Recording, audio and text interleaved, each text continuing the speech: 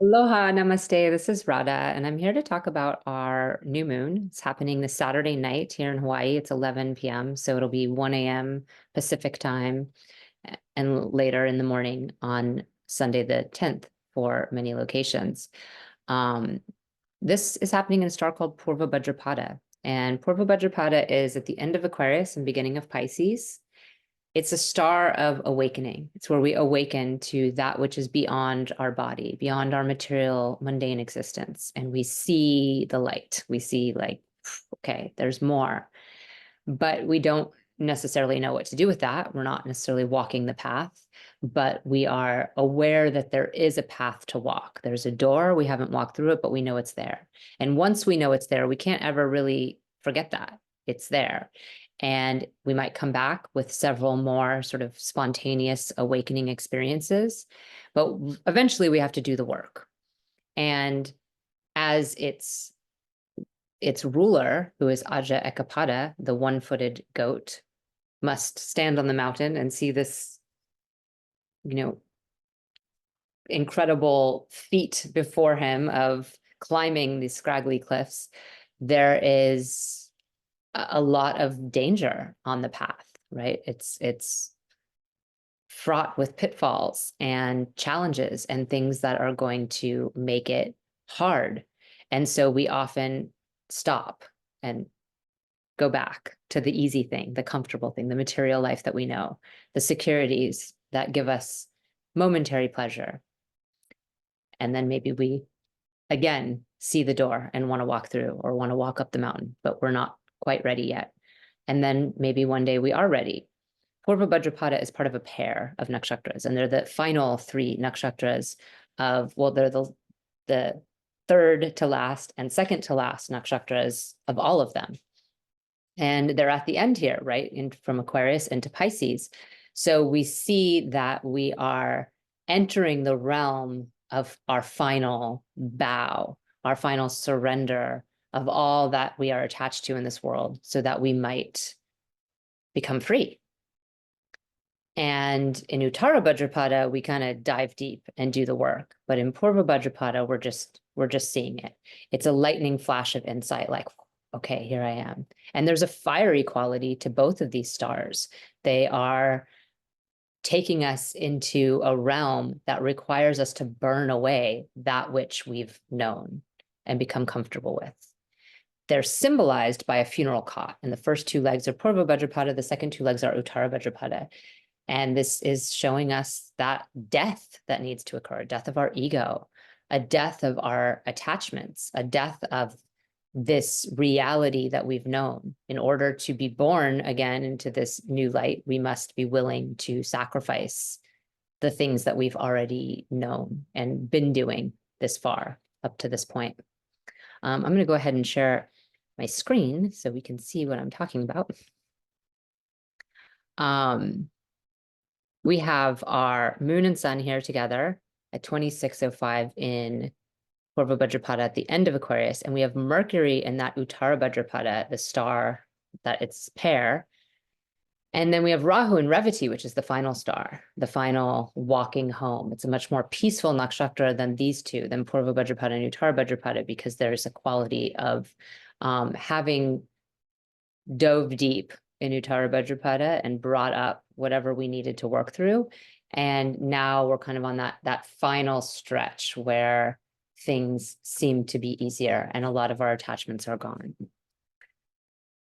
All of these stars are going to be very activated in the next month as we move into this, more than a month, as we move into this eclipse season. So this is the last new moon before we have an eclipse, right? Before we have our lunar eclipse in 2 weeks, which will be in Virgo, the moon, but the sun will be in Uttara Bhadrapada. We can see here, like March 23rd, we have our sun and moon across from each other. It might be actually the next day that they're more across from each other. Yeah. So on the 24th, when there's actually the full moon, but we see the sun is in Uttara Bhadrapada, and now Mercury has moved into Revati as well. And Venus is holding court in Purva Bhadrapada. And then 2 weeks from there, we have our solar eclipse. And, oh, I just did days. That didn't work. 2 weeks from there, we have this solar eclipse where the sun and the moon are together. Well, I don't want to get too far off of this timing that I have because I want to flip back, but it's basically on April 8th, but earlier in the day than 11 p.m. We have the moon and the sun coming together in our total solar eclipse, and that's going to be in Revati. So we are essentially walking this part of the zodiac. We're walking this section of the sky where we see the light, do the work, and come home. Now, of course, this cycles regularly in our life. We've had many times of these new moons in this placement. So it's not our final awakening or our final walk home. We're going to have to come back to this place again and again. But we are able to really look at the parts of ourself here that have not been willing to die, that we haven't been willing to shed, or the places where we're really attached to our existence, to some part of our existence. And, you know, as always, we each have this as a different house. This is a different place in our chart, Pisces and Aquarius, two different houses for each of us. As a Taurus rising, this is my 10th house, and this is my 11th house of community. 10th house is career, 11th house is community. So it's going to affect that area of my life. That's going to be where I'm having this awakening occur. And also the moon and the sun and what those rule is going to come into factor as well. And when I share with my Patreon group, I share those specifics for people so they can really see, you know, what's getting hit, what the moon means, what the sun means, what this area of their life is. And so you can really see how it shows up for you.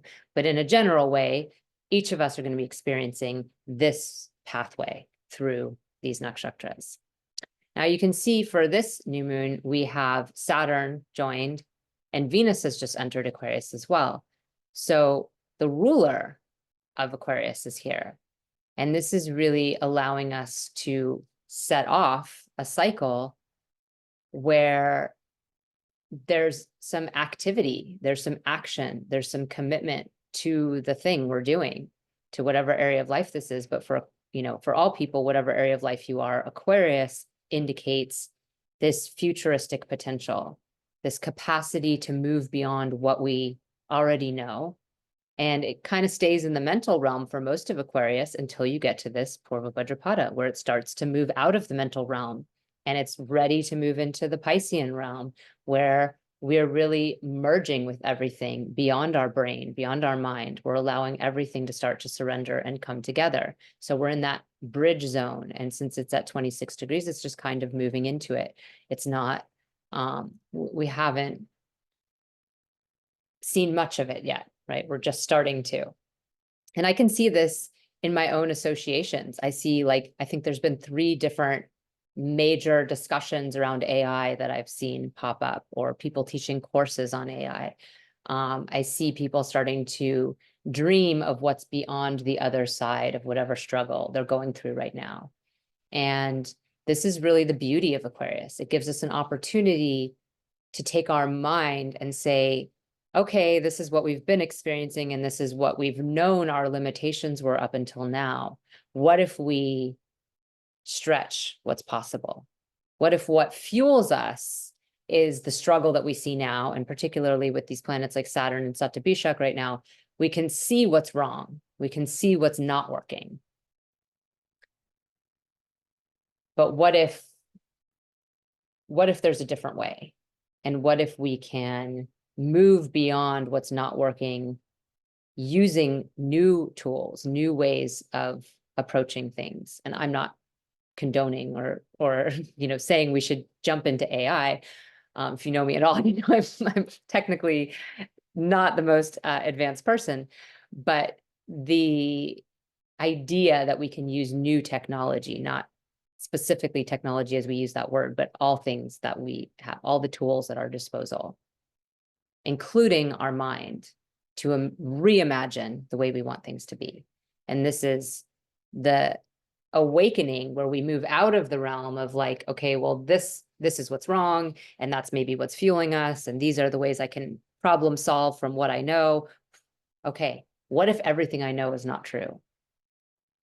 What if all these material limitations that I think I'm working with are actually false? What if it's as simple as taking a sidestep into a different reality framework and everything changes and everything shifts? So it kind of brings an element of magic into the picture, which is, the realm of Pisces, where all things are possible and where we've been focusing and obsessing over since the end of November when Rahu moved into here. And it's prepping us for our eclipse, where we're like really experiencing that energy of Pisces and allowing ourselves to really lose all the lines and all the categories and all the organization and accept everything in true oneness, right? Many people who might be following this or watching this might have an understanding of oneness from a philosophical perspective, but it's rare we actually get to experience it, right? Usually it is these flashes, these moments where we have an awakening, whether it's induced by something we've done, or whether we're in, some kind of ceremony, or whether it's happening during meditation, or whether it just spontaneously happens upon the path somewhere. It's rare. It's few and far between, and very few of us can sustain that state. So this eclipse is giving us the eclipses will be giving us an opportunity to really dive into that area. And this is kind of like the opening of the gate, if you will. And we've been feeling our energy more and more move into a sort of cosmic realm. Mercury here, well, I'll stick with the planets that are joined for now. So Saturn is bringing us that commitment and that capacity to really show up for what's wrong now and to want to work towards something different, to be willing to work towards something different. Venus is bringing an element of joy and happiness. Venus is often the planet of relationships, and it is. In Aquarius, it's almost like communal relationships. It brings in this element of wanting to connect more than just intimately between two people. And Venus is also our happiness and our joy, receiving joy out of being in community, receiving joy out of working towards a future we want, finding happiness in this process of imagining. And instead of imagining it in sort of bleak ways, which it could be if it was just Saturn there brings in an element of fun. And how could this actually bring us more together and create more joy and more pleasure for us? Mercury is here joined Rahu, getting closer as the days go. And Mercury is also in its lowest state in Pisces. This is where we have the hardest time communicating effectively and even understanding things effectively, because Pisces is that ocean of everything. And Mercury is where we're taking in specific information that means specific things, and we're organizing it and putting it into specific places. And then we're sharing it out with words, which have been created and have ways of speaking them and letters that make them up. And so there's a lot of actual need to be specific and detailed. And Mercury in Pisces has a quality of, wanting everything to be kind of true, finding a way in which everything is true, which is true on some level, right? Everything is true, but not really, right? Not in the world of Mercury. Not when we're reckoning with the way in which Mercury is helping us navigate our time here on Earth, which is to communicate with other people. Mercury is, like Venus, has to do with our relationships with other people. And how do we have relationships with other people? Well, we communicate with them. We have communication, whether that's a book that we're reading or writing, or whether that's a conversation we're having. Or, this right now, what I'm doing is communicating to people things that I've taken in, information that I've taken in, and I'm bringing it back out again. Now, I actually have my Mercury in Pisces. So a lot of times there's this sort of stream of consciousness that comes through where it might not feel very organized, and it might drive somebody whose Mercury's in Virgo a little crazy, because they're, organizing everything effectively. And I'm kind of just pulling things from all these different places and it's spilling out.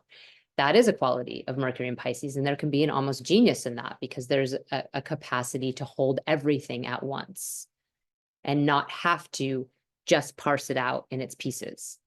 It can be more difficult for some people to understand what you're saying, which is why it's debilitated, but it can also be a capacity to really see all things connected in a way. The nature of Rahu being joined Mercury is going to increase the part where we are getting messages, getting downloads, receiving signs, and maybe the very mystical nature of those signs. And it's going to also increase the part where we get a little confused or where we have trouble making things say something because we're jumping to the next thing right away, or we're stopping and starting, or we're exaggerating what one thing means and forgetting about something else. So it's going to increase the confusion, but also that quality of spiritual insight and cosmic download. And Mars, on the other hand, is over here still in his exalted sign of Capricorn, keeping us moving forward, right? Keeping us acting. Mars is action. We're doing something. We're doing something with some level of discipline, some level of courage, some level of commitment because it's Capricorn. We're fueling our fire into a concrete physical project of some sort. And this is helping us, just like Saturn, committing to our future in some way, being willing to do the hard work. This is helping us do something, keep something going. Now, again, where these all are in your chart is going to make a big difference. If you're an Aquarius rising, you're having a new moon on yourself, your own identity. You're setting off a cycle of self. And you've already sort of been setting that off in many ways over the last year because the ruling planet's been in the first, but Mars is now then in the 12th house. So the energy of Mars is not going to be as accomplished. It's not going to be getting as much done in the real world because it's the 10th Lord. Your career stuff can suffer. There can be, challenges around that. There can be a lot of confusion around matters of your external responsibilities.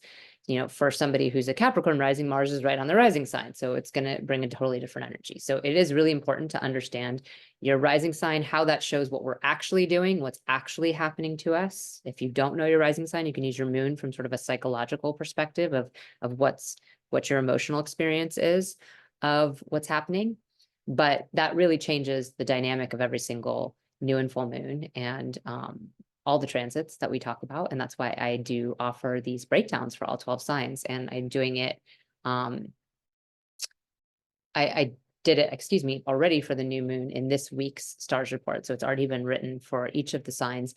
And we've had some changes of signs. We had Venus move into Capricorn this week. We had Mercury move into Pisces this week. They weren't there before last week. So I also write about how those transits are affecting you specifically. If you're a Gemini or Virgo rising, Mercury is your ruling planet. So it changes a lot. If you're a Venus ruled person, Taurus and Libra, Venus is your ruling planet. It changed a lot. It changed your focus for the month, for the next few weeks. This is where your focus is and your physical focus, because it's your physical body going into that place, right? Whereas the new moon setting off a cycle is important, but it's also whatever the sun and the moon rule for you in that place. The drishtis that are happening, the gazes that are happening from our across the way planets here is Mars giving his one-way drishti to Jupiter here in Aries, his own sign. It's exalted Mars drishting, gazing at Jupiter in Aries, giving us that courage. And this has been true for, for several weeks. This has been a gaze we've been receiving. It's actually moving past it because you can see Mars at 25, but we're still getting that 4-house commitment and discipline and courage to act on our beliefs, to act on what inspires us. Saturn is also giving this Jupiter drishti, and this Jupiter really needs this because for a long time we had Rahu join Jupiter and there was a lot of confusion around how we were acting on our beliefs. This is Jupiter's last month in, well, almost 2 months really, because it's at the end of April, that it's going to be in Aries before it moves into Taurus. So this is our final last hurrah with Jupiter in Aries, really being able to act upon our beliefs. Saturn's giving us the commitment, seeing what's wrong. With Satyabhishak, we always see what's wrong in the world and we want to heal it. And we're willing to learn new things. We're committed to learning new things because it's a third house drishti onto this Jupiter as well. And Saturn's is coming upon the Jupiter because it's at 1651. So it's getting closer. Mars's is past, but yet still present.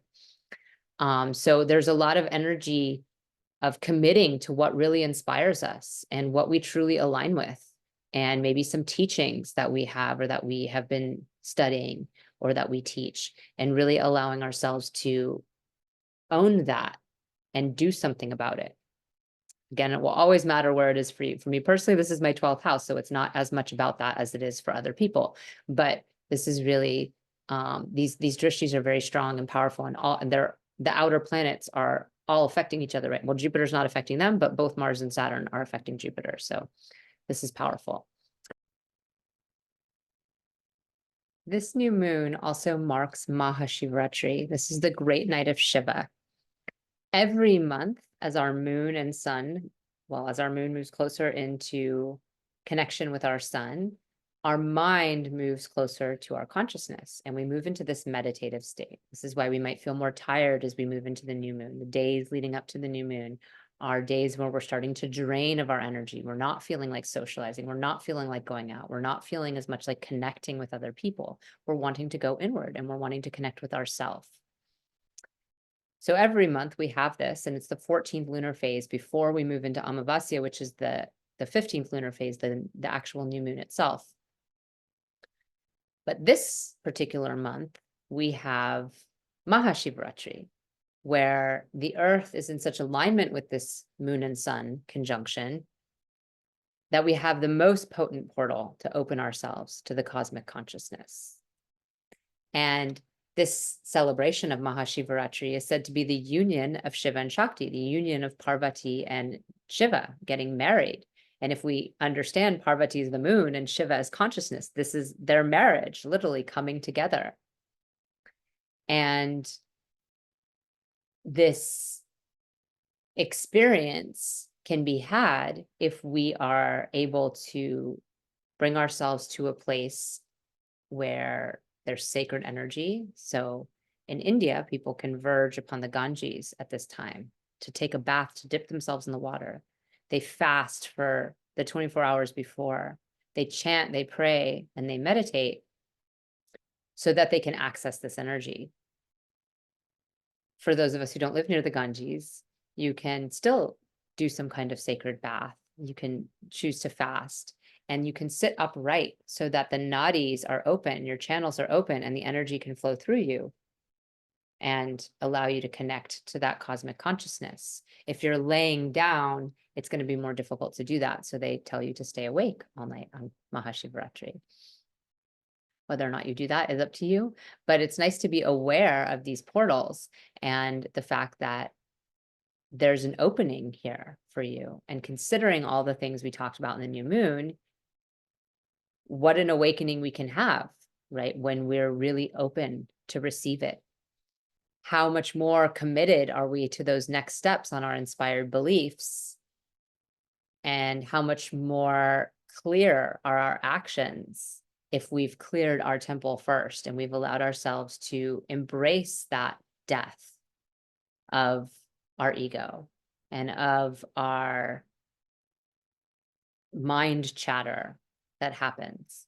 And so I wish you blessings on this Mahashivaratri and of course on your new moon. And if you would like to know what this new cycle is setting off for you specifically, because it's different for each of us, you can check out my forecast for all 12 signs in my Patreon group at patreon.com, Radha Home Astrology. And if you want to dive a little bit deeper into your own chart and what's coming up for you in this eclipse that we're moving into, you can reach out. My website is radhahomeastrology.com. Have a blessed new moon and Mahashivaratri.